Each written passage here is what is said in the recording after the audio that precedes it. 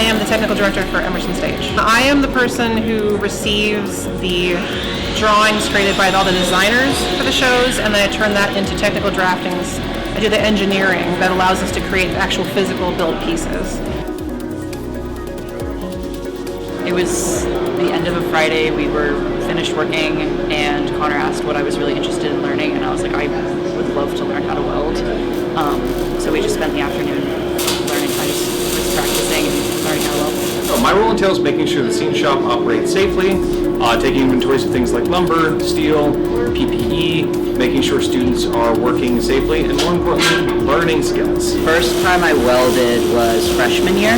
I was originally an actor in the theater performance program, and when I was a freshman we were required to take practical classes, and one of mine was scenic construction. It was close to the end of the semester. They were like, hey, we're going to do a welding day. Go do welding, and I became obsessed with it and just kept coming in for hours and hours of it. It was just fun, and I liked it.